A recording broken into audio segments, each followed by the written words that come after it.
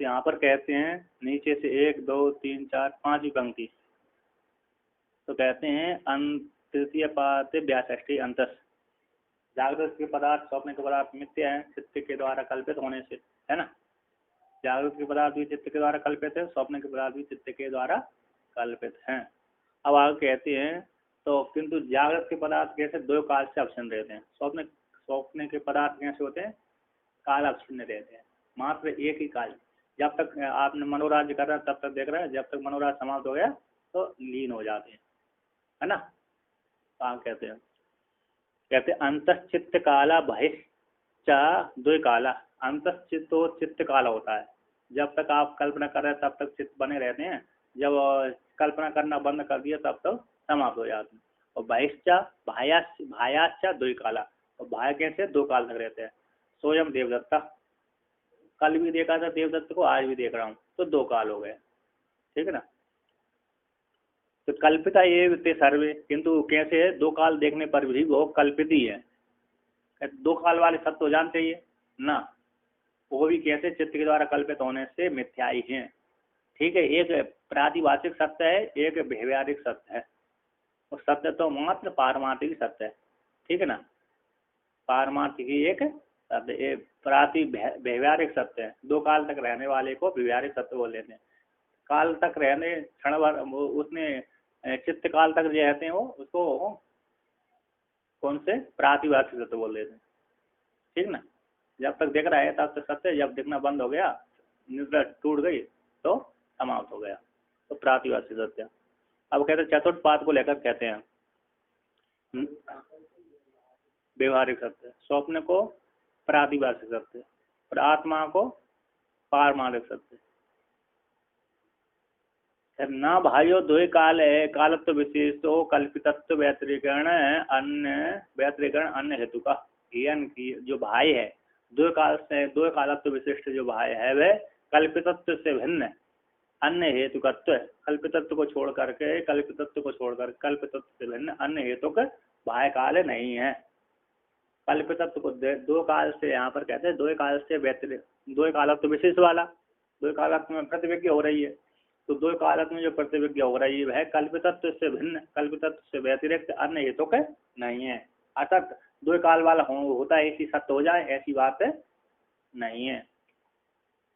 तो कहते हैं यहाँ पर जागृत दृश्येषु भाय पदार्थेषु व्यवस्थित हो द्वय कालत्वेन काल द्वय अवच्छेदन कृता प्रतिविज्ञायमानत्वात् प्रतिविज्ञायमान रूपः विशेषो न अन्य हेतु को न भवति, अन्य हेतु को न भवति।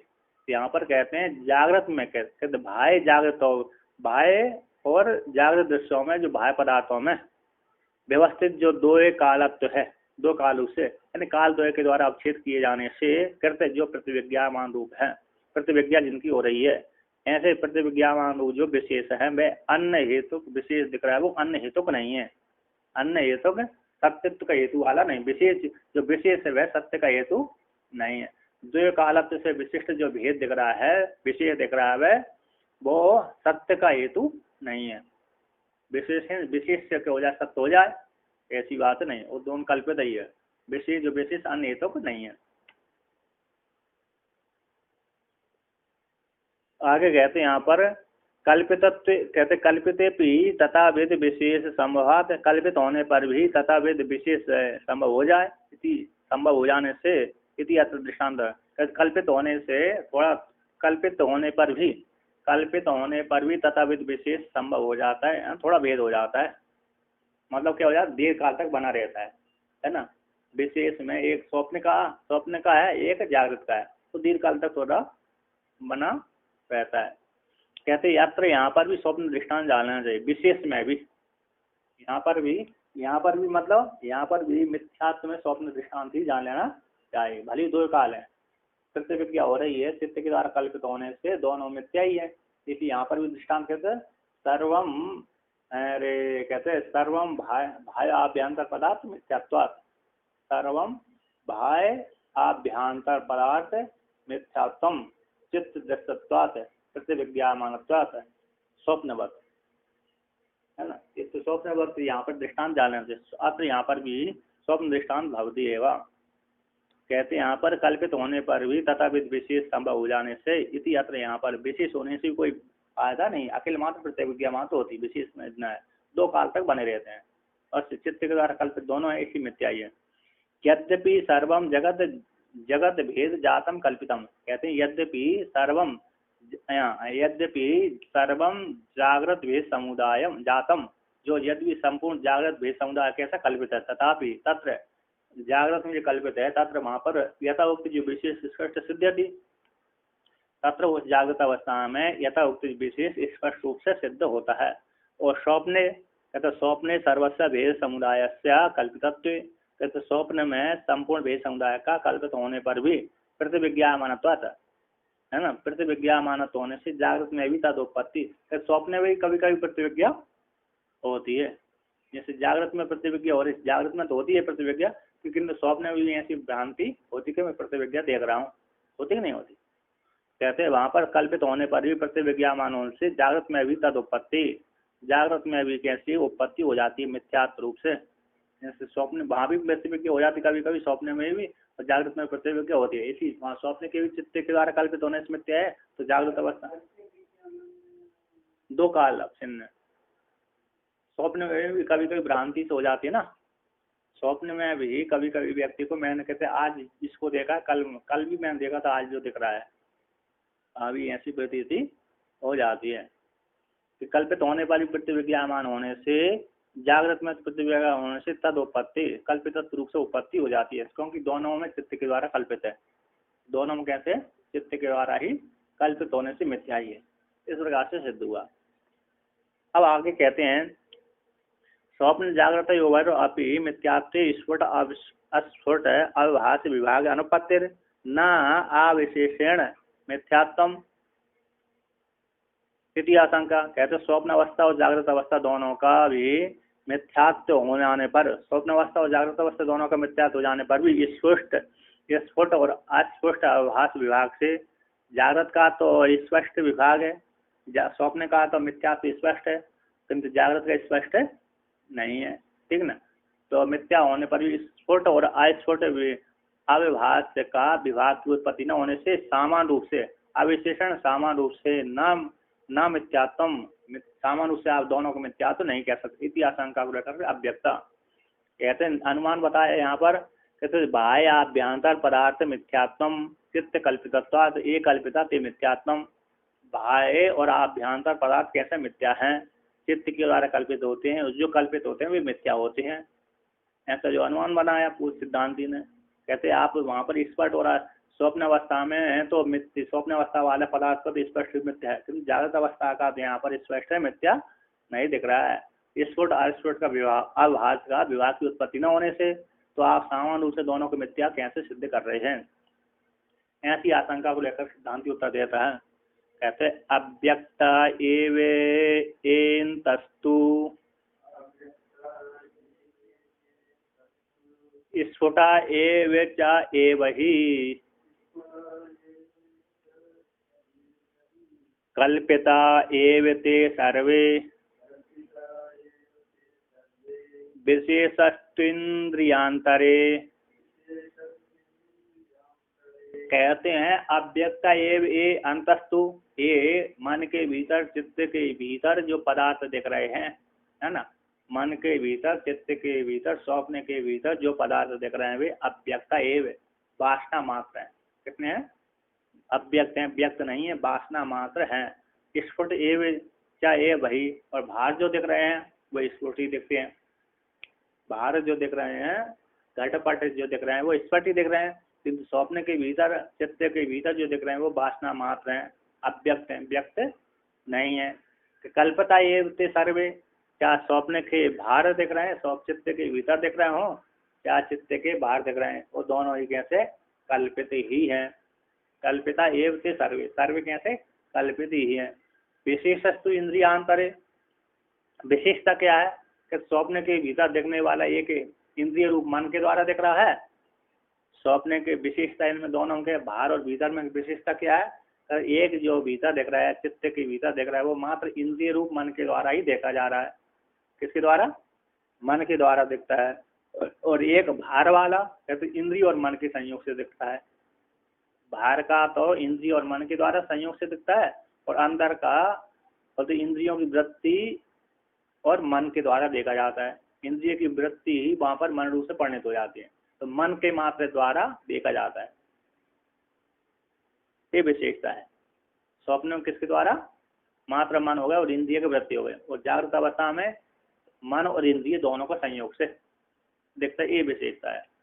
इंद्रिया एक एक में चक्षु आदि की सहायता लेना पड़ती है बाहर के जगत में, और अंदर में चक्षु आदि की सहायता लेने की जरूरत नहीं पड़ती। उनकी मात्र वृत्ति मात्र काम करती है, ठीक है ना, इंद्रियों की शक्ति की, इसलिए दोनों मिथ्या ही है। अब आगे कहते हैं, तो टीकाकार यहाँ पर व्याख्यान करते हैं। कहते ये मनसी अंतर भावानाम, ये मनसी अंतर भावना रूपत्वात् अस्फुटा, ए अस्फुटा, कहते जो मन के भीतर भावना रूप से दिख रहे हैं वो अस्फुट ही है। कहते हैं वासना रूप से दिख रहे हैं वो कहते हैं अस्फुट है ना, स्पष्ट नहीं दिख रहे, वासना रूप से दिख रहे हैं, मिथ्या। और कहते हैं ये चा मनसो बाहर उपलब्धमाना स्फुटा भवंती, और कहते हैं जो मन के बाहर दिख रहे हैं स्पष्ट बाहर उपलब्धमान होते हैं वो स्फुट ही हैं, स्पष्ट रूप से प्रतीत हो रहे हैं।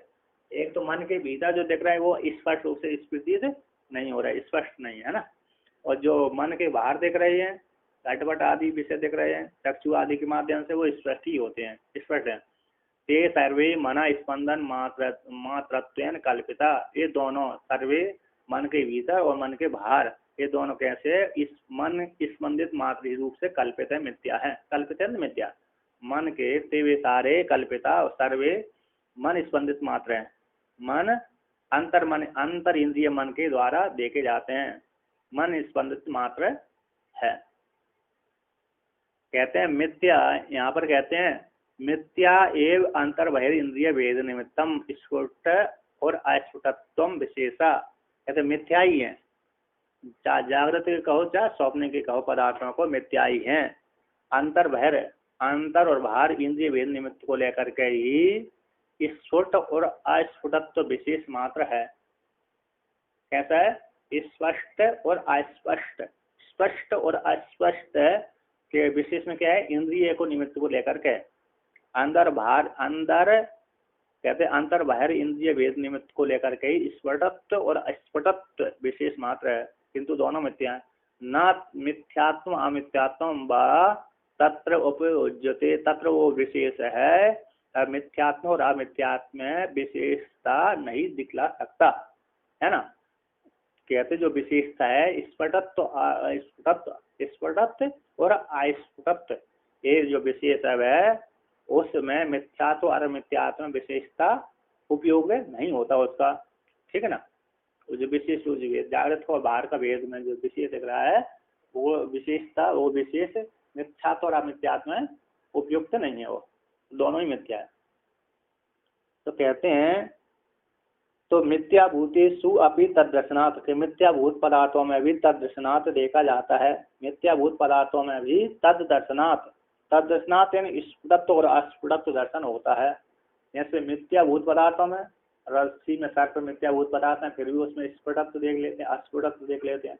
मृगमच्छ का भी मिथ्याभूत ही है, फिर भी उसमें स्फुटत्व और अस्फुटत्व दोनों ही लगता है। स्वप्न में भी मिथ्या ही है, फिर भी उसमें स्फुटत्व और अस्फुटत्व दोनों दिख जाते हैं। कहते श्लोक के अक्षरों को व्याकरण करते हैं। यद्यपि अंतर अव्यक्तम भावानां मनोवासना मात्र अभिव्यक्तानां स्फुटत्वं वा बहिर् चक्षुरादीन इंद्रियांतर ग्राह्याणां विशेषो।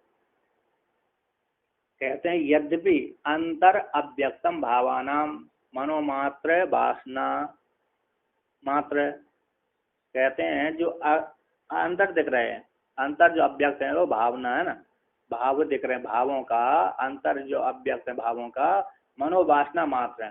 कैसी है? मन की वासना मात्र। कहते हैं जो अंतर है शरीर के भीतर दिख रहे हैं अंतर अव्यक्त रूप से भावों का मन की वासना मात्र है। तो मन की वासना मात्र रूप से अंतर अवस्थित है अव्यक्त रूप से, तो मन मात्रा तो मन वासना मात्र वासना, यहाँ पर कहते हैं मनोवासना भावना मनोवासना, वासना नाम। हाँ, वो कहते हैं तो मन की वासना मात्र और अभिव्यक्तों का, और अभिव्यक्त जो दिख रहे हैं बाहर, मन के बाहर दिख रहे हैं, अभिव्यक्त दिख रहे हैं, उनका स्फुटत्व तो स्पष्ट रूप से क्या दिख रहा है, वो भी वासना मात्र ही है और स्पष्ट रूप से दिख रहे हैं। चाहे मन के भीतर जो देख रहे हैं वो भी अव्यक्त रूप से, और जो मन की वासना मात्र अभिव्यक्त भावों का स्पष्ट रूप से दिख रहा है।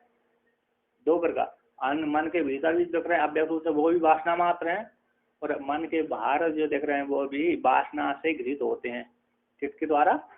वासना के द्वारा गृहीत हो। तो मन जो भाव दिख रहे हैं बाहर, मन की वासना मात्र अभिव्यक्त भाव पदार्थों को स्फुटत रूप से बाहर भैंस चक्षुरादि के द्वारा, जो बाहर है चक्षुरादि के द्वारा, चक्षुरादि इंद्रियों के द्वारा, चक्षुरादि इंद्रियांतरों के द्वारा ग्राह्याणाम, ग्राह्यों का विशेष मात्र भेद है। एक तो भीतर मन के द्वारा गृहीत होता है, और दूसरा बाहर चक्षुरादि के द्वारा, मन से और चक्षुरादि के द्वारा बाहर गृहीत होता है। इतना ही मात्र विशेषता इनमें है। न असौ भेदानाम अस्तित्व कृता स्वप्ने अपि तथा दर्शनात्। कहते असौ जो विशेष भेद है स्फुटत्व और अस्फुटत्व, के मन के भीतर जो दिख रहा है वो अस्फुटत्व है, और मन के जो बाहर दिख रहे हैं चक्षु आदि के माध्यम से विशेष स्फुटत्व है जो विशेष है। दोनों विशेष भेद, विशेष का अर्थ होता है भेद। यह जो भेद है इन भेदों का अस्तित्व करता है कोई प्रयोजन सिद्ध, कैसे सत्य रूप से कोई विशेष सत्य को कहने वाला नहीं है, सत्य बनाने, सत्य सिद्ध करने वाला नहीं है विशेष। असौ है जो विशेष रूप है भेदों का अस्तित्व करते नहीं है।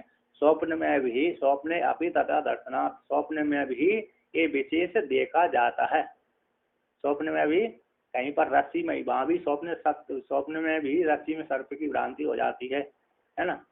वहां पर भी देवदत्त यज्ञदत्त का 2 काल देख लिया जाता है, ठीक है ना। स्वप्न में भी स्वप्न देखता रहता है व्यक्ति, ठीक है ना। इस प्रकार से तो ऐसा हुए भेद, और भेदों का जो ऐसा हुए भेद, भेदों का अस्तित्व करने वाला नहीं, सत्य को बोध कराने वाला नहीं। स्वप्न में भी ये विशेष देखा जाता है, स्वप्न दृष्टांत। टीकाकार यहाँ पर कहते हैं मनसी अंतर मनोरथ रूपाणाम, मन के भीतर जो मनोरथ रूप है पदार्थों का, पदार्थानाम भावानाम, उन भावों का अव्यक्तम अस्फुटत्वम, अव्यक्त अस्फुटत है। तत्र उसमें हेतु देते हैं, कहते मनो मन इति, तो कहते हैं मन हो, मन की वासना मात्र है ना, मन की वासना मात्र है। अव्यक्त बाहर का तो व्यक्त हो जाता है। कैसे हो जाता है? जो वासना मात्र है, मन की वासना मात्र अभिव्यक्तों का स्पष्ट रूप से बाहर दिखता है। मन के द्वारा, मन की वासना मात्र अभिव्यक्तों का, पदार्थों का, भावों का स्पष्ट बाहर चक्षु आदि इंद्रियों के द्वारा गृहीत होता है। मतलब इतना ही विशेष है। कहते हैं चक्षुरादि घाह्यत्वेन मनसो भैरभावाना स्फुटत्वं दृष्टम। कहते चक्षुरादि के द्वारा ग्राही रूप से मन के भैरभावों का, मन के जो भैरभाव है उन भावों का स्पष्ट स्फुटत्व दृष्टा, स्फुटत्व रूप से स्पष्ट रूप से देखा गया। तद एसाम अमिथ्यात्व कृतम। कहते हैं इनका जो चक्षुरादि इंद्रियों के द्वारा मन की वासना मात्र जो बाहर सत्य रूप से जो दिख रहे हैं, स्पष्ट रूप से दिख रहे हैं, वो सत्य हो जाए। क्या हो जाए? सत्य रूप से स्वीकार कर लिया जाए। इतिहास तो तेसा उनका अमिथ्यात्व हो जाए, सत्यत्व हो जाए। ऐसी शंका को वारण करते कि न असौ, असौ जो मन के द्वारा, मन के वासना मात्र, मन में अभिव्यक्त पदार्थों को जो बाहर चक्षुरादि के द्वारा जो देखा जा रहा है वो सत्यत्व नहीं है। कहते असौ में भेद है, जो विशेष भेद है, वे भेदों को सत्यत्व करने वाला नहीं है। टीकाकार व्याख्यान करते हैं, कहते सर्व संप्रतिपन्न मिथ्यात्वेपि स्वप्ने स्फुटत्व अस्फुटत्व विशेष प्रतिभाना तन्ना असौ विशेषो मिथ्यात्वम अमिथ्यात्वम व प्रियोत्तम प्रभवति इति। कहते हैं सर्व संप्रतिपन्न मिथ्यात्व, सर्ववादियों के द्वारा मिथ्यात्व सिद्ध हो जाने पर संप्रतिपन्न विशेष रूप से सारे पदार्थों, स्वप्न में देखने वाले जो पदार्थ हैं वो सारे पदार्थ मिथ्या हैं।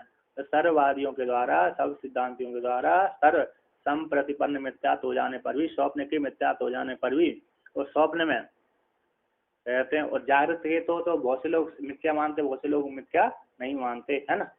किंतु भ्रांति वाला सबको मिथ्या मानता है और स्वप्न के सब कोई मिथ्या मानते हैं। जागृत में तो भेद है, जागृत में कैसा है, भेद है, किंतु स्वप्न में तो किसी का भेद नहीं है। कहते सर्व संप्रतिपन्न मिथ्यात्व स्वप्ने, तो कहते सर्ववादियों के माध्यम में संप्रतिपन्न निश्चित हो स्वप्न की मिथ्या हो जाने पर भी स्फुटत्व अस्फुटत्व विशेष, स्फुटत्व और अस्फुटत्व विशेष प्रतिभान हो जाने से असौ यह विशेष मिथ्यात्व और अमिथ्यात्व का प्रयोग करने का एक ये मिथ्या है, ये मिथ्या नहीं है, ऐसा जो विशेष है में ऐसा जो विशेष मिथ्यात्व और अमिथ्यात्व को सिद्ध करने के लिए समर्थ नहीं होता, प्रयोजी करने के लिए सिद्ध नहीं होता, साधित प्रयोजी करने के लिए साध्य सिद्ध प्रयोजीकृत करने के लिए सिद्ध नहीं होता, समर्थ नहीं होता। अर्थात ये मन के भीतर चल रहे हैं वो मिथ्या हो जाएंगे, मन के बाहर स्वप्न में जो मन के बाहर दिख रहे हैं वो सत्य हो जाएंगे, ऐसा मन समर्थ नहीं है, प्रयोजी करने के लिए समर्थ नहीं है, सिद्ध करने में समर्थ नहीं होता। कहते स्वप्न भी तथा उसी प्रकार से बाहर भीतर देखा जाता है ना। स्वप्न में भी कैसी भ्रांत मन के भीतर भी चलती है रील और मन के बाहर भी देखे जाते हैं, ऐसा प्रतीत होता है। स्वप्न पदार्थ में भी कल्पित समान रहने पर भी बाह्य अभ्यंतर भाव देखा जाता है। कहते तो आगे कहते हैं क्या कहते हैं, किम तरी, तो इसी प्रकार कहते हैं तो अयम विशेषता, कहते हैं अयम विशेषता जो विशेष है बाहर भीतर का, तरी कैन सिद्ध किस प्रकार से सिद्ध होगा। जब जागृत का भी आपने मिथ्या का दिया, स्वप्न का भी मिथ्या का दिया, स्वप्न के भीतर भी आपने स्वप्न में भी मिथ्या का दिया, स्वप्न के भीतर भी जो रील चलती रहती है उसको भी मिथ्या का दिया, तो भेद कैसे सिद्ध होगा, बाहर भीतर में भेद सिद्ध कैसा होगा। चतुर्पाद किम तरही इंद्रियांतर कहते एवं, तो कहते ये किस प्रकार से किस प्रकार से विशेष की सिद्धि होगी। कहते इंद्रियांतर कहते विशेष है, विशेष कैसा होगा, इंद्रियांतर को लेकर के ही विशेषता है, बाकी सत्यात्म मिथ्यात्म विशेषता नहीं, मिथ्या तो सत्यात्म विशेषता कोई नहीं है, दोनों मिथ्या ही है, ठीक है ना। एक तो वहां पर इंद्रियांतर मतलब स्वप्न अवस्था में तो मात्र मन रूप इंद्रिय के द्वारा देखता है, और जागृत अवस्था में मन रूप इंद्रिय के साथ और चक्षुरादि इंद्रियों के साथ देखता है, बस इतना ही भेद है, इतना ही विशेष मात्र है। कहते इंद्रियांतर कहते ही विशेष है, इंद्रियों के द्वारा ही विशेष किया जाता है, सत्य और मिथ्यात्म विशेषता कोई भी नहीं है। कहते हैं यहाँ पर उसी को व्याख्यान करते हैं भगवान टीकाकार, कहते मनोमात्र संबंधात अंतर्भावानाम वासना मात्र रूपाणाम अस्फुटत्वम। कहते मनोमात्र मन मात्र संबंध से अंतर्भावों का, वासना मात्र भावों का, वासना मात्र रूपों का अस्फुटत्व स्पष्ट ही है ना, अस्फुटत्व स्पष्ट ही है। और बहिर्भावा नाम कहते बहिर्भावों का, किंतु जो बहिर्भावा नाम दिख रहे हैं मन के बाहर दिख रहे हैं, स्वप्न के भीतर भी मन के जो बाहर दिख रहे हैं, चक्षुर आदि और जागृत में भी जो दिख रहे हैं, जागृत में भी जो दिख रहे हैं, एक जागृत में तो मनोराज्य करता है तो मन के भीतर ही दिख रहे हैं, एक जागृत में मनोराज्य नहीं करता, क्रिया चेष्टा आदि करता है तो मन के बाहर दिख रहे हैं, ठीक है ना, दो प्रकार। कहते जो बहिर्भाव ना बाहर भाव है, चक्षुरादि बहिरिंद्रिय संबंधात, जिनमें चक्षुरादि इंद्रिय बाहरी इंद्रियों का संबंध होने से युक्तम स्फुटतम, तो स्पष्ट रूप से स्फुट है ना, स्पष्ट देखा जाता है। तद ऐसा जो विशेष है ये विशेष मिथ्यात्व अविशेषे भी मिथ्यात्म सामान होने पर भी सिद्ध्यति, ये जो विशेष है मिथ्यात्व सामान में भी मिथ्या होने पर भी सिद्ध हो जाता है, विशेष मिथ्यात्व सामान होने पर भी ये विशेष सिद्ध हो जाता है। तो कहते हैं इसलिए मन के भीतर दिख रहे हैं वो भी मिथ्या है, मन के बाहर दिख रहे हैं वो भी मिथ्या ही है, दोनों चित्त के द्वारा कल्पित है, मात्र इंद्रिय के द्वारा ही कहते विशेषता ले गई, चक्षुराद इंद्रियों के द्वारा भाई विशेषता हो रही है। जागृत में भी मन कार्य करता है, स्वप्न में भी मन कार्य करता है, तो जागृत अवस्था में थोड़ी इंद्रिय का चक्षुराद इंद्रिय ज्यादा थोड़ा विशेष हो जाती है, बस इतना ही भेद है। कहते स्फुटत्व और अस्फुटत्व प्रतिभास वेद का, स्फुटत्व का और अस्फुटत्व प्रतिभास वेद का मिथ्यात्व होने पर भी संभव से मिथ्यात्व में भी संभव हो जाने से प्राग उक्तम अनुमान अवरुद्धम, प्राग युक्त अनुमान कहा गया स्फुटत्व रूप से और अस्फुटत्व प्रतिभान भेद का मिथ्यात्व होने पर भी संभव हो जाता है, मिथ्यात्व में भी स्फुटत्व और अस्फुटत्व प्रतिभास का संभव हो जाता है, मिथ्या हो है ना, तो मिथ्या होने पर भी, स्वप्न के पदार्थ मिथ्या होने पर भी उसमें स्फुटत्व अस्फुटत्व दिख जाता है। मन के भीतर, मनोराज्य में अथवा मन के भीतर स्वप्न में भी अस्फुटत्व स्फुट दोनों प्रतीति हो जाती है, इसलिए मिथ्या होने पर भी संभव हो जाता है। तो प्रागुक्त अनुमान यहाँ पर कोई विरोध नहीं है कि सर्वम पदार्थम मिथ्यात्म चित्त कल्पितत्वात् है, बाह्याभ्यंतर पदार्थ मिथ्यात्म चित्त कल्पितत्वात् है, स्वप्नवत, ये अनुमान बनाया ये, इसमें कोई विरोध नहीं, उपसंहार करते हैं। अतः अतः कल्पिता एव, अतः इसलिए तो कहते हैं अतः कल्पिता एव जागृत भाव अपि स्वप्न भाववद इति, असली कल्पिता एव, कल्पिता जागृत के भाव भी कैसे कल्पित है, स्वप्न भाव के समान। जागृत के भाव जो दिख रहे हैं वो कैसे कल्पित ही हैं, स्वप्न भाव के समान। जैसे जागृत के भाव कल्पित, जैसे स्वप्न के भाव कल्पित होते हैं, नित्य हैं, उसी प्रकार जागृत के भाव भी कल्पित है, मिथ्या ही है। ये सिद्ध हो गया, है ना।